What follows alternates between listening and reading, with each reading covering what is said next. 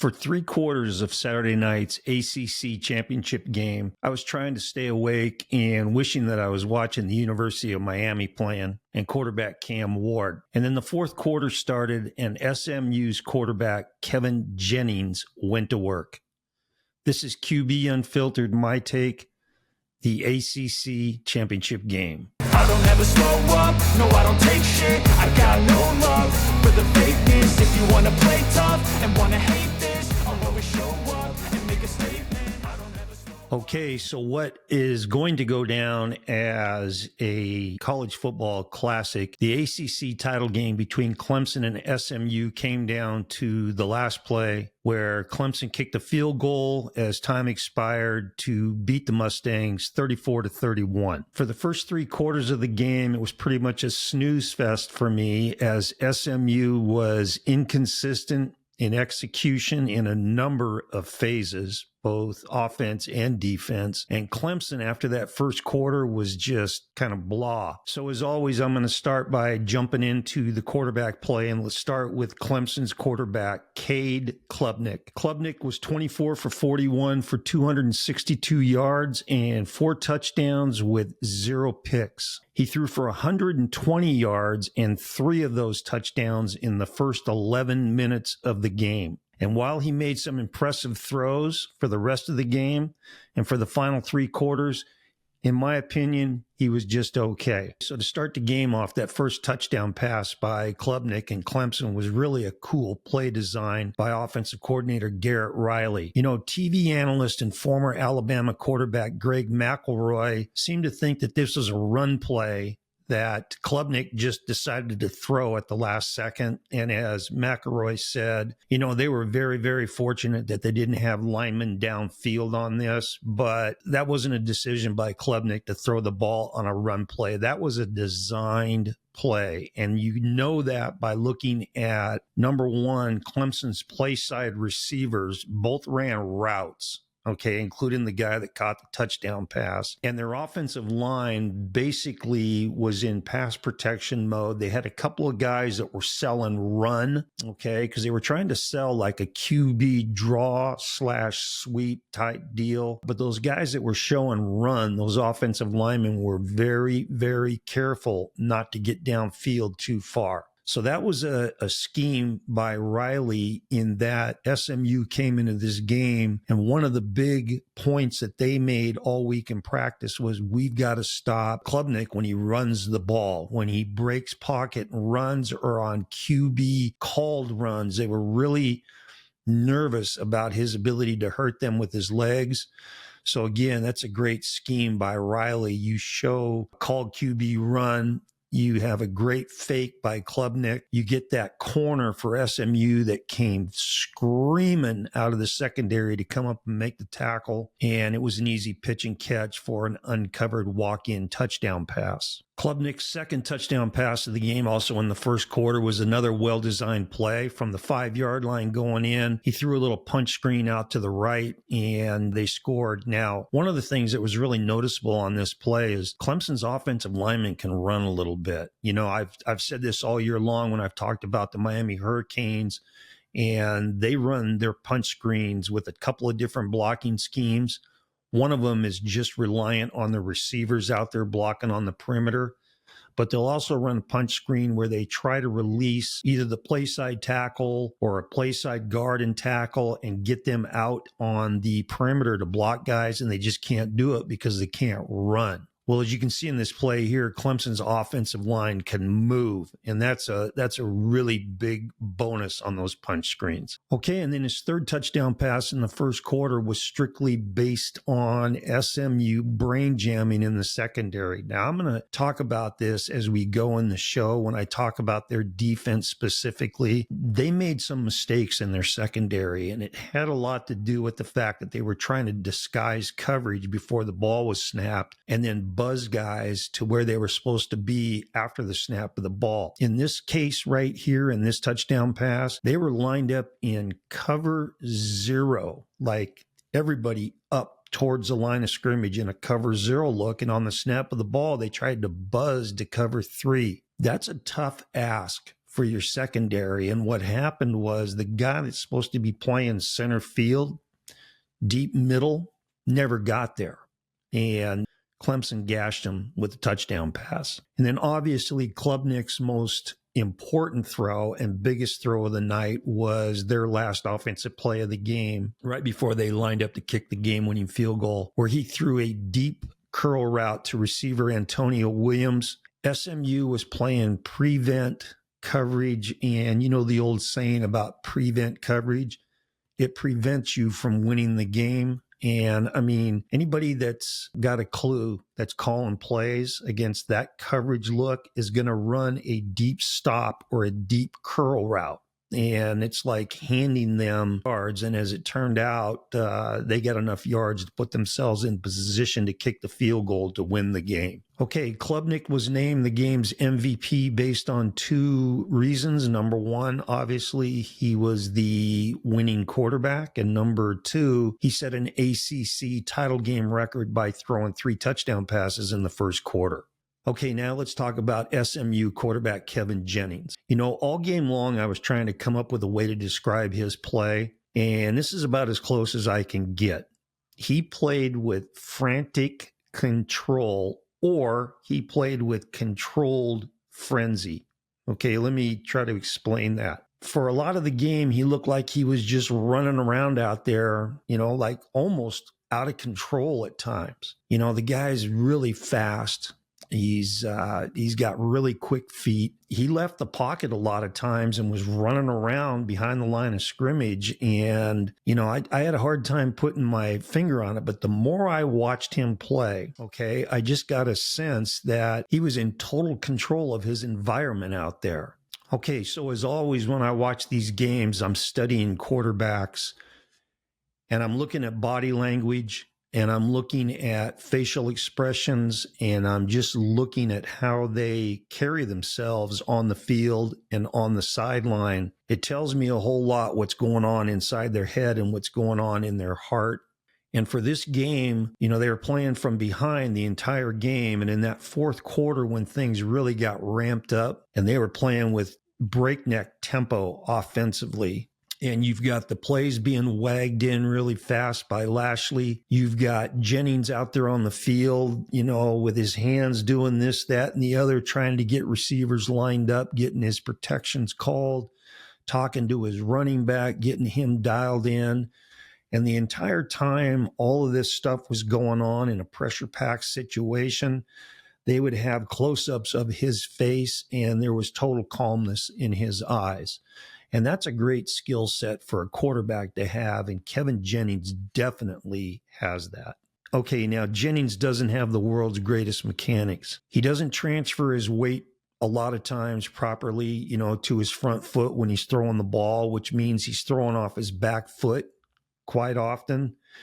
He has poor ball security, and this cost him once, and it almost cost him a second time, although he did throw a pick. So the first time it cost him was in the first quarter when he's climbing the pocket, but he's got the football down at his waist, holding it loose instead of up here, right, at tip of the ball, top of the numbers. And you tell your quarterback when you're climbing the pocket in that situation, you use your chest along with both hands to secure that ball in there, because you're going to have defensive linemen that are swiping hands and trying to rake at the ball and knock it out of your hand. So he's holding the ball loosely down at his waist, and sure enough, that big paw comes in by one of those defensive linemen, and now the ball's on the field, and it's a recovered fumble for Clemson. And then the interception that he threw in the first quarter, which was a really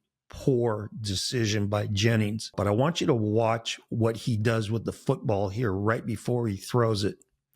So he's got it in his throwing hand. His offhand is nowhere to be seen, and he's just holding the ball down there by the top of his knee. And these are situations where quarterbacks are holding the ball carelessly like that. You got a defensive lineman who's in the vicinity. All he has to do is reach out and swipe, and that ball's on the ground. Now, he ends up throwing a pick anyway, But that's just bad fundamentals by Jennings. Okay, and then there were a couple of snaps in this game which really drove me nuts. And again, this is just the way he plays, or it's the way that he is coached to play, or he's allowed to do it this way, or he's coached to do it this way. I'm not sure. But there was a time where he dropped back to throw and he's keying left with his eyes. He hits that last step of his drop, and then he snaps his eyes to the right side and almost simultaneously throws a deep curl route. It's almost like he's made his mind up where he's going, and as he turns his eyes, that ball's coming out. Man, that's a dangerous situation. You're basically throwing blindly. Now, he stuck it in there. It was a completion, but that kind of stuff is dangerous, and it kind of drove me nuts a little bit. He did that a couple of times in this game. But there's an old saying in football or in sports, but I used it in football. You can't make chicken salad out of chicken shit. Well, Jennings can, and he made a lot of chicken salad in this game, meaning this. When stuff broke down with SMU's protection, and he was able to escape and get out of the pocket, man, he turned a potentially bad situation into a lot of really big positive plays and completions. And he was at his most dangerous best when he broke pocket and he's rolling or sprinting to one of the sidelines. And now Clemson's defense is in a bind because Jennings can run, right? He can run. So now you've got those guys in coverage that are going, well, shit, he's out of the pocket.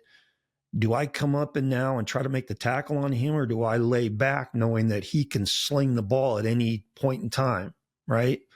And so he was at his most dangerous best in this game when he broke pocket. He got some movement in the secondary because of that. And, he did some other really cool stuff. And this is Cam Ward stuff. This is Zen football stuff, where on a couple, 3 occasions when he was rolling, he would look off with his eyes or even pump fake, knowing that that was going to move a defender, and then he could spit the ball to the guy he wanted to throw to. And that's a great skill set to have. But his best skill set, in my opinion, is he's one of these quarterbacks that I think plays his best when everything around him is going fast and frantic, right? He's one of these guys that can slow it down in his mind and just execute when things aren't perfect. It's not a perfect pocket.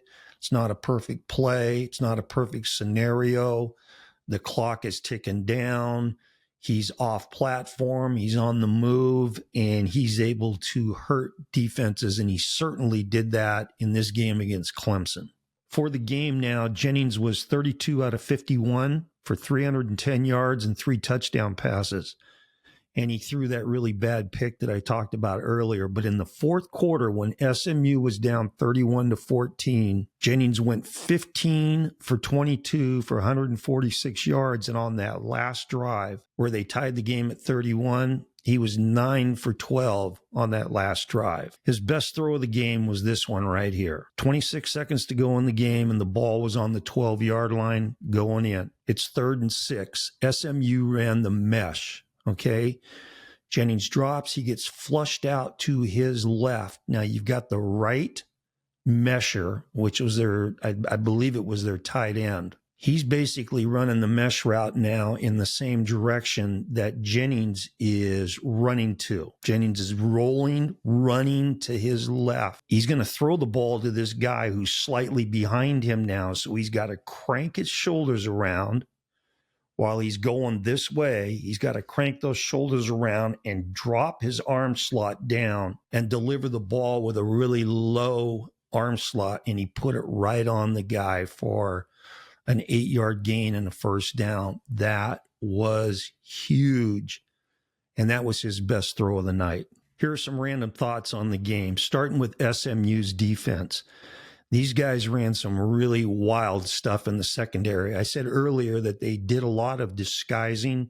They didn't want to just line up in what they were going to run, but they not only disguised coverage before the snap, they really disguised coverage. And I think they did some stuff that was so wild that there's no way in the world that Clemson would even think that they were seeing the coverage that they ended up playing. I already talked about earlier, they tried to run cover 3 out of a straight up cover 0 like press situation. And the free safety, the guy that's responsible for the deep middle, never came close to getting back to the deep middle. Okay, there was a couple of snaps in the game where they played man coverage and they pressed the corner up and played them outside leverage of the receiver, which, you know, it's hard to determine whether that is a scheme thing coming from their defensive coordinator or that's the corner just mental busting it. But when you're playing man coverage, particularly when you're pressing, you want to play inside leverage because you don't want that receiver to cross your face and beat you inside, because now you may have to chase his ass all the way across the field. You line up inside of him and force him to go outside and use the sideline as another defender. But here's SMU a couple times with their cornerbacks lined up outside shade in press coverage.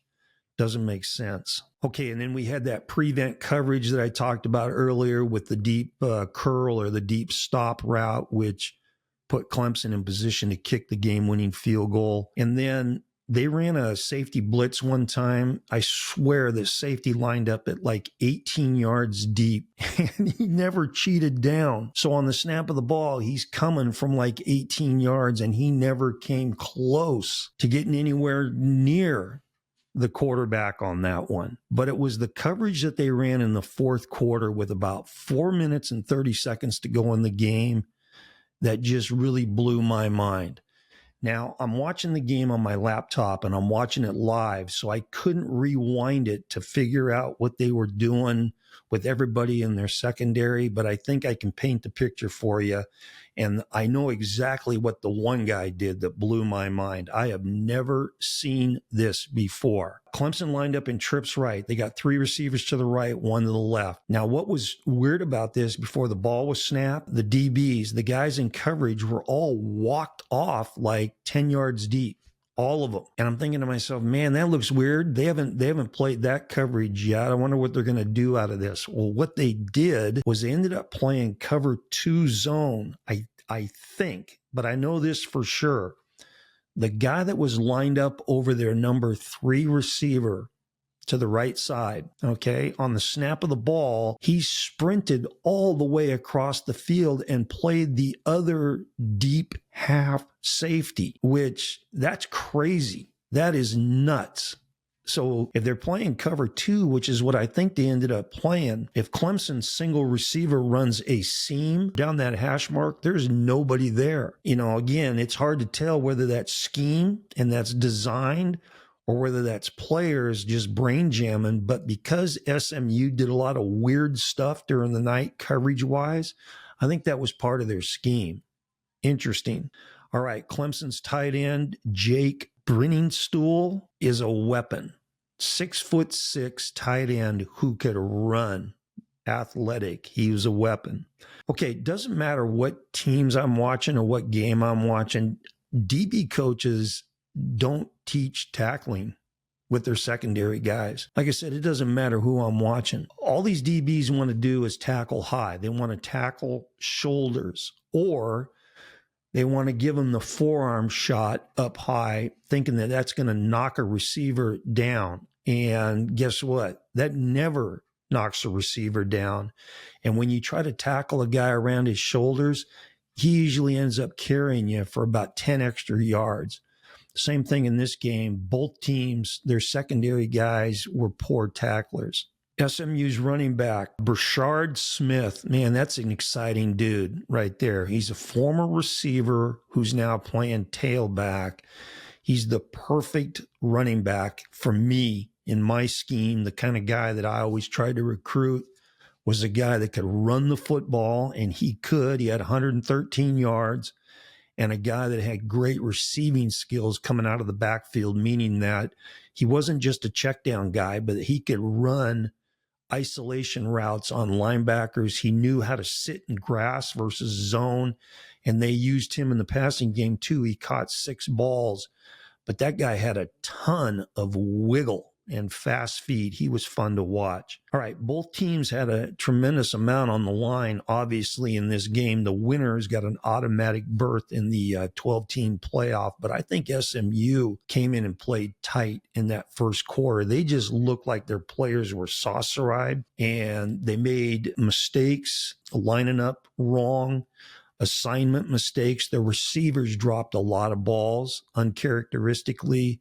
So I think that it took SMU a while to get into the flow of the game and realize that they just needed to go out and play football. SMU head coach Rhett Lashley, he ran some really nice offensive schemes. You know, in the third quarter, they threw a touchdown pass. Jennings threw a touchdown pass to the running back on what's called a rail route, meaning he was lined up to the right side and free released like a little wheel route. It's not even a wheel. They call it a rail route. But what was cool about the scheme is they faked Jennings on a fake called QB run. And then he just set his feet and threw a touchdown pass to Smith, who's standing all by himself in the end zone. And then the game-tying touchdown pass that he threw in the fourth quarter right at the end of the game was a interesting scheme. So they ran a slot to the left. The outside receiver ran a slant route, but the slot guy ran a fake slant route, stem it upfield, stick the toe, and run the quick out for a touchdown. And when you're running a quick out down there in the red zone like that, 5-yard line inside, you usually don't see the guy run a fake slant and then run the quick out. But they did it. And Jennings threw a strike on that play. Okay, and this just might be me, but I've been truly amazed this year at looking at these teams and kickoff return. I mean, when I coached, we always worked the hell out of special teams, and we always told our players that kickoff return was an offensive play and that it was a weapon. You could either run it back for a touchdown, run it out to midfield for great field position, or if you had a great kickoff return team, you got teams that are going to try to squib it, pooch, kick it, whatever, and then you're still going to have great field position. But this year in college football, you got everybody calling for a fair catch so they can start their drive at the 25-yard line. I don't get it. Clemson, in fact, called for a fair catch from the 8-freaking-yard line in this game. So I don't know what the philosophy is behind that. I don't know if it's analytics. Fucking analytics. I don't know what it is. But I thought it was really, really cool that at the end of the game, when Clemson needed to have a kickoff return, they didn't freaking fair catch. They actually executed their kickoff return, and they gashed SMU and got the ball out there to put them in position to throw the deep curl route versus the prevent coverage and get their field goal team on to kick it on the final play of the game. I don't understand what's going on with kickoff returns and special teams coaches and special teams, but man, that's frustrating. And then finally, some thoughts on TV analyst and former Alabama quarterback Greg McElroy. There were a couple times in this game where I was wondering if McElroy was watching the same game that I was, but I was really floored on the roughing the passer call that they made against SMU. So here's the scenario. It's the first quarter. It's 3rd and 11. Klubnik drops back to throw, releases the ball, and as soon as the ball leaves his hand, an SMU guy puts his helmet right in Klubnik's chest and knocks the crap out of him, right? Throw the flag. 15 yards, roughing the passer. Now, to begin with, that was a bullshit call. And the NFL and college football is in the process of reimagining the game with rules and all kinds of nonsense. But this bullshit now where they're throwing flags on hits that are perfectly legal. And I'm not talking about targeting, not talking about leading with the crown of the helmet. I'm not talking about head-to-head, helmet-to-helmet shots. I'm not talking about cheap shots. This hit by SMU on Klubnik was perfectly legal. It was a great hit. It used to be what was part of football. And while they're doing the replay on this, and play-by-play guy Sean McDonough is trying to figure out why in the world they threw the flag on that. McElroy says this, former college quarterback, I like that call. That could have been a catastrophic shoulder injury for Klubnik. Are you shitting me, Greg? Come on, man. It's football. The quarterbacks have pads on. The hit was legal. Why are we saying something like that? All that does is just perpetuate this notion that we've got to soften up the game of football. That was ridiculous. All right, so in the final quarter, and in particular, the performance by SMU and Kevin Jennings made this game an instant classic. And on Sunday, the selection committee did the right thing by bypassing a 3-loss Alabama team and putting SMU in the 12-team playoff. Okay, if you liked my take on the ACC title game and you like my analysis on QB play, hit that like button. And if this is your first time watching the channel and the show, hit that subscribe button. I really appreciate the support. Let me know what you thought of the ACC title game and the performance by both quarterbacks. Okay, this is QB Unfiltered. And remember, always throw the ball short to guys who can score. See ya. I don't ever slow up, no I don't take shit. I got no love for the fakeness. If you wanna play tough and wanna hate this, I'll always show up.